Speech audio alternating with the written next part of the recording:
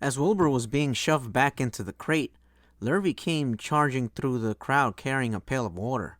His eyes had a wild look. Without hesitating a second, he dashed the water at Wilbur. In his excitement, he missed his aim, and the water splashed all over Mr. Zuckerman and Avery. They got soaking wet. "For goodness sake!" bellowed Mr. Zuckerman, who was really drenched. "What ails you, Lurvy? Can't you see the pig is all right?" You asked for water," said Lurvy meekly. "I didn't ask for a shower bath," said Mr. Zuckerman. The crowd roared with laughter. Finally, Mr. Zuckerman had a laugh, too. And of course, Avery was tickled to find himself so wet, and he immediately started to act like a clown. He pretended he was taking a shower bath. He made faces and danced around and rubbed imaginary soap under his armpits. Then he dried himself with an imaginary towel. "Avery, stop it!" cried his mother. "Stop showing off!" But the crowd loved it. Avery heard nothing but the applause. He liked being a clown in a ring, with everybody watching in front of a grandstand. When he discovered there was a little water left in the bottom of the pail, he raised the pail high in the air and dumped the water on himself and made faces. The children in the grandstand screamed with appreciation. At last things calmed down. Wilbur was loaded into the truck. Avery was led from the ring by his mother and placed on the seat of the truck to dry off. The truck, driven by Mr. Arable, crawled slowly back to the pig pen. Avery's wet trousers made a big wet spot on the seat. Chapter 21. Last Day. Charlotte and Wilbur were alone. The families had gone to look for Fern. Templeton was asleep. Wilbur lay resting after the excitement and strain of the ceremony. His medal still hung from his neck. By looking out of the corner of his eyes, he could see it. "Charlotte," said Wilbur after a while, "why are you so quiet?" "I like to sit still," she said. "I've always been rather quiet." "Yes, but you seem specially so today. Do you feel all right?" "A little tired, perhaps, but I feel peaceful. Your success in the ring this morning was, to a small degree, my success. Your future is assured. You will live secure and safe, Wilbur. Nothing can harm you now. These autumn days will shorten and grow cold. The leaves will shake loose from the trees and fall. Christmas will come, and then the snows of winter. You will live to enjoy the beauty of the frozen world, for you mean a great deal to Zuckerman, and he will not harm you, ever. Winter will pass, the days will lengthen, the ice will melt in the pastured pond. The song sparrow will return and sing, the frogs will awake, the warm wind will blow again. All these sights and sounds and smells will be yours to enjoy. Wilbur, this lovely world, these precious days." Charlotte stopped. A moment later, a tear came to Wilbur's eye. "Oh, Charlotte," he said, "to think that when I first met you, I thought you were cruel and bloodthirsty." When he recovered from his emotion, he spoke again. "Why did you do all this for me?" he asked. "I don't deserve it. I never done anything for you." "You have been my friend," replied Charlotte. "That in itself is a tremendous thing. I wove my webs for you because I liked you. After all, what's a life anyway? We're born, we live a little while, we die. Spider's life can't help being something of a mess, with all this trapping and eating flies. By helping you, perhaps I was trying to lift up my life a trifle. Heaven knows anyone's life can stand a little of that." "Well," said Wilbur, "I'm no good at making speeches. I haven't got your gift for words, but you have saved me, Charlotte, and I would gladly give my life for you. I really would." "I'm sure you would, and I thank you for your generous sentiments." "Charlotte," said Wilbur, "we're all going home today. The fair's almost over. Won't it be wonderful to be back home in the barn cellar again with the sheep and the geese? Aren't you anxious to get home?" For a moment Charlotte said nothing. Then she spoke in a voice so low Wilbur could hardly hear the words. I will not be going back to the barn," she said. Wilbur leapt to his feet. "Not going back?" he cried. "Charlotte, what are you talking about?" "I'm done for," she replied. "In a day or two I'll be Dead. I haven't even strength enough to climb down into the crate. I doubt if I have enough silk in my spinnerets to lower me to the ground." Hearing this, Wilbur threw himself down in an agony of pain and sorrow. Great sobs racked his body. He heaved and grunted with desolation. "Charlotte," he moaned. "Charlotte, my true friend."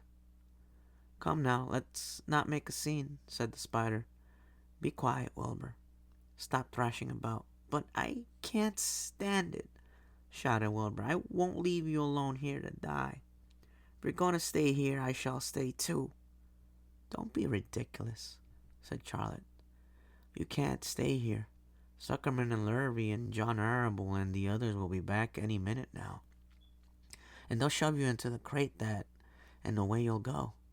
Besides, it wouldn't make any sense for you to stay. There would be no one to feed you. The fairgrounds will soon be emptied and deserted." Wilbur was in panic. He raced round and round the pen. Suddenly he had an idea. He thought of the egg sack and the 514 little spiders that would hatch in the spring. If Charlotte herself was unable to go home to the barn, at least he must take her children along. Wilbur rushed to the front of his pen. He put his front feet up on the top board and gazed around. In the distance he saw the Arables and the Zuckermans approaching. He knew he would have to act quickly. "Where's Templeton?" he demanded. "He's in that corner, under the straw, asleep," said Charlotte. Wilbur rushed over, pushed his strong snout under the rat, and tossed him into the air. "Templeton!" screamed Wilbur. "Pay attention!" The rat, surprised out of a deep sleep, looked first dazed and then disgusted. "What kind of monkey shine is this?" he growled. "Can't a rat catch a wink of sleep without being rudely popped into the air?" "Listen to me," cried Wilbur. "Charlotte is very ill. She has only a short time to live. She cannot accompany us home because of her condition. Therefore, it is absolutely necessary that I take her egg sack with me. I can't reach it, and I can't climb it. You're the only one that can get it. There's not a second to be lost. The people are coming. They'll be here in no time. Please, please, please, Templeton, climb up and get the egg sack." The rat yawned. He strained his whiskers. Then he looked up at the egg sack. "So," he said in disgust, "so it's Templeton to the rescue again, is it? Templeton, do this. Templeton, do that. Templeton, please run down to the dump and get me a magazine clipping. Templeton, please lend me a piece of string so I can spin a web." "Oh, hurry," said Wilbur. "Hurry up, Templeton." But the rat was in no hurry. He began imitating Wilbur's voice. "So it's hurry up, Templeton, is it?" he said. "Ho, ho, and what thanks do I ever get for these services, I would like to know. Never a kind word for old Templeton, only abuse and wisecracks and side remarks. Never a kind word for a rat." "Templeton," said Wilbur in desperation, "if you don't stop talking and get busy, all will be lost, and I will die of a broken heart. Please climb up." Templeton lay back in the straw. Lazily he placed his forepaws behind his head and crossed his knees, in an attitude of complete relaxation. "Die of a broken heart. How touching, my. I notice it's always me you come to when in trouble, but I've never heard of anyone's heart breaking on my account. Oh no, who cares anything about old Templeton?" "Get up," screamed Wilbur. "Stop acting like a spoiled child." Templeton grinned and lay still. "Who made trip after trip to the dump?" he asked. "Why, it was old Templeton who saved Charlie's life by scaring that Arable boy away with a rotten goose egg. Bless my soul, I believe it was old Templeton who bit your tail and got you back on your feet this morning after you had fainted in front of the crowd. Old Templeton, has it ever occurred to you that I'm sick of running errands and doing favors? What do you think I am, anyway? A rat of all work?" Wilbur was desperate. The people were coming, and the rat was failing him. Suddenly he remembered Templeton's fondness for food. "Templeton," he said, "I'll make you a solemn promise. Get Charlotte's egg sack for me, and from now on I will let you eat first when Lurvy slops me.